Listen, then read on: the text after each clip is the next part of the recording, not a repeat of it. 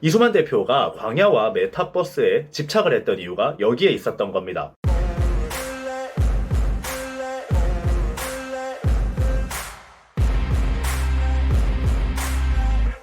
자, 유튜브 시청자 여러분들 반갑습니다. 인지용입니다. 제가 최근에 기사를 좀 둘러보다가 보니까 굉장히 재미있는 기사를 하나 발견했습니다. 차준호 기자님의 기사인데, 예전에 말이죠, 제가 영상으로 다룬 것 중에 K-팝의 대부 중 하나인 이수만 선생님이 사실상 이제 은퇴를 했다.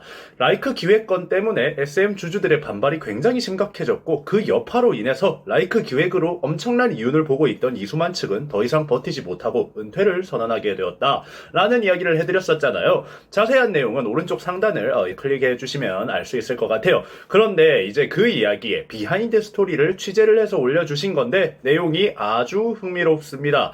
이수만 프로듀서가 왜 그렇게 광야에 집착을 하게 되었는가, 오늘은 이 기사에 대해서 한번 제가 다뤄보도록 할게요.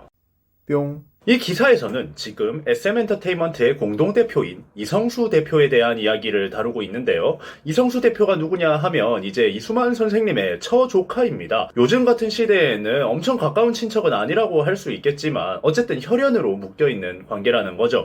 이분의 커리어가 아주 대단하십니다. 그리고 SM 팬분들도 이성수 대표에 대해서 꽤나 호감을 많이 가지고 있는 상태고요. 왜냐면 이분의 커리어가 뭐 이수만의 혈연이래 하면서 SM의 낙하산으로 들어온 그런 부분이 아니라 정말 자신의 능력을 어김없이 보여주면서 차근차근 SM을 먹고 들어간 케이스라서 그렇습니다. 한편에서는 이수만의 핏줄은 엔터를 잘 굴리는 핏줄인가 하는 이야기가 나올 정도로 엔터 업무에 많은 재능을 보여주신 분이기도 하거든요. 이분은 정말 아무도 엔터 일 하려고 하지 않던 시스템이라고 없던 그 시절 1998년도부터 SM에서 일을 했습니다. 뭐 정식 직원으로 들어온 게 아니라 처음에는 아르바이트를 하러 들어왔었다고 해요.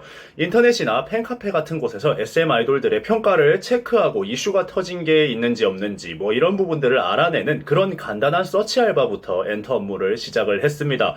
요즘도 엔터마다 이런 거 직원들 다 배치해 두죠. 커뮤니티마다 여론 체크하고 가끔씩 팬인 척하면서 아이돌 홍보글 같은 거 올리고 하는 그런 사람들 다 있습니다. 그렇게 7년 뒤인 2005년 SM에 정식으로 입사를 해요. 뭐 1, 2년 만에 초고속 승진시켜주면서 명목상의 위치들을 얻는 그런 루트가 아니라 낙하산이라는 평가가 나오지를 않는 거죠. 여튼 2005년 A&R 파트를 담당하고 4년 뒤에 A&R 팀장을 맡게 됩니다. 그리고 A&R 팀장을 맡은 뒤에 프로듀싱 본부장 겸 이사를 받게 되기 전까지 5년간 이성수 대표가 담당한 곡은 소녀시대의 지, 슈퍼주니어의 쏘리쏘리, 동방신기의 주문 등등이 있겠습니다.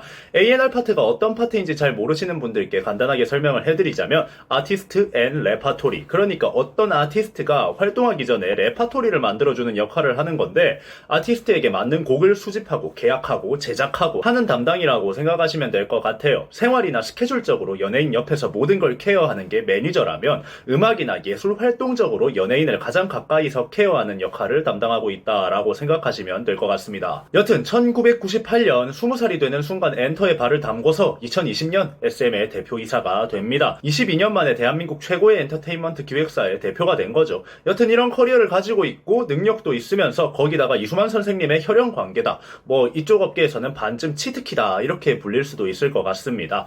이제 이분이 예전에 유튜브 3프로에 나와서 인터뷰를 하신 게 있거든요. 이수만 선생님에 대한 이야기를 한 적이 있는데, 프로듀서 중에 이수만 같은 사람을 찾을 수 있을지가 의문이다, 이수만 선생님을 대체할 사람이 없어서 걱정이다 라는 말까지 하신, 뭐 혈연이니까 당연하겠지만 굉장히 친 이수만파인 사람이죠. 그런데 이런 분이 이수만 측에 등을 돌리고 온라인 파트너스 주주들을 모아서 감사를 열어버린 이 펀드 회사 측과 한 배를 탔다 하고 그 비하인드 스토리가 기사로 다뤄지고 있는 거예요. 원래 이수만 선생님은 회사의 등기이사 자리를 맡았었는데 그 등기이사직을 내려놓고 프로듀서만 하겠다고 이야기를 합니다. 나는 엔터 업무에 대해서만 관심이 있다 라고 이야기를 하면서 회사의 운영은 전문 경영인에게 맡겨야 하고, 우리 같은 사람들은 창작을 하고 창의성을 발휘하고 아티스트를 케어해야 한다 라는 이야기와 함께 이사를 내려놓고 프로듀서로 활동을 하게 된 건데요.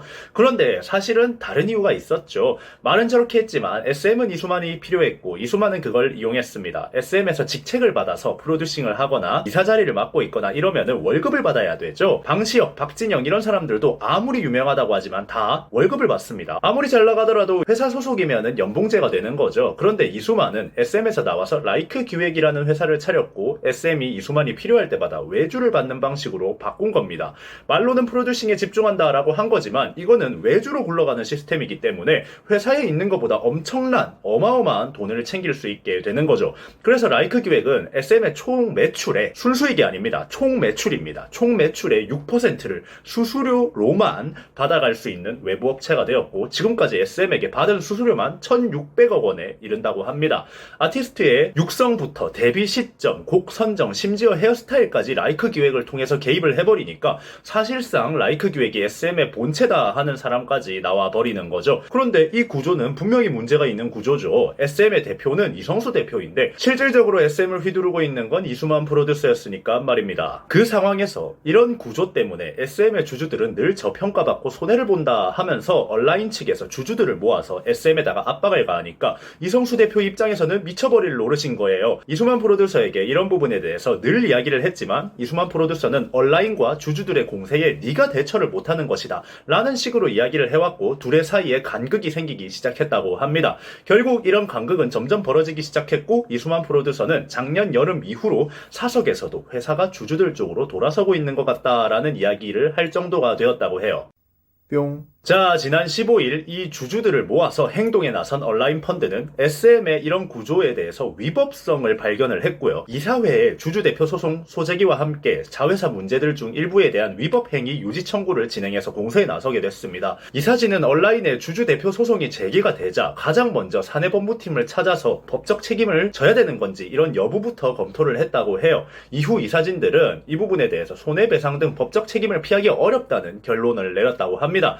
결국 법적 책임을 피할 수 없게 되자 긴급 회동을 열게 되었고 온라인 측의 제안을 받아들이기로 한 게 배경이라고 해요.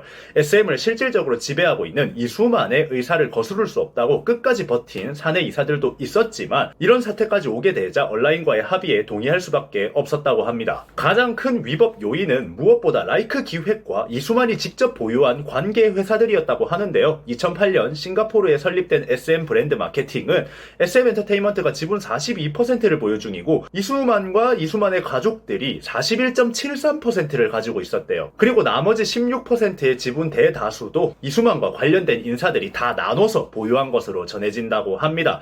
결국에 이제 SM 엔터테인먼트 아티스트를 대상으로 광야 클럽이라는 걸 운영하고 있지만 SM 엔터보다 이수만과 측근들이 가진 주식 지분이 더 크다는 거죠. SM 소속 아티스트들을 활용한 굿즈를 판매하고 공연 기획을 도맡는 드림메이커도 SM 소속 아티스트들의 지적 재산권 IP를 활용해서 수익을 내고 있지만 그것마저 이수만 프로듀서와 수익을 공유하는 구조라고 합니다. 그러니까 SM 주주들 입장에서는 분명 SM의 IP와 가능성을 믿고 투자를 하는 건데 정작 SM에서 내놓은 많은 인프라와 IP들이 다 이수만 입으로 들어가는 거지 SM 주주들에게 이득적으로 환원이 되지 않는다라는 부분인 거죠. 결국에 거기서 이제 위법성까지 발견을 하면서 문제 제기를 한 건데 이제 여기서 이수만 대표는 주주들에게 불만이 있겠지만 나는 이 위치를 유지할 아이템이 있다라고 외치면서 사우디 중동 쪽에 K-팝을 퍼뜨리고 NFT를 아이돌에 적용시킨다라는 아이템을 꺼낸 건데 그 계획이 지금 SM이 운영하는 광야라는 세계관이라고 하죠. 사실 SM의 광야, 갑자기 모든 아이돌들이 광야라는 세계관에 통합되고 설정이 바뀌고 정작 SM에 있는 아티스트들도 광야에 대해서 의문점을 표하고 막 그렇게 했었잖아요. 이수만 대표가 광야와 메타버스에 집착을 했던 이유가 여기에 있었던 겁니다. 본인이 이 회사에서 영향력을 과시할 수 있는 최후의 보루였던 거죠. 여튼 결론적으로 온라인 측은 이수만이 걸어온 행보에 대해서는 부정을 하지 않는다고 합니다. 분명 능력 있는 프로듀서라고 인정을 하고 있습니다. 하지만 그 구조가 잘못되었기 때문에 이수만 단독 프로듀싱 체제가 아니라 멀티 프로듀싱, 여러 프로듀서들을 같이 두면서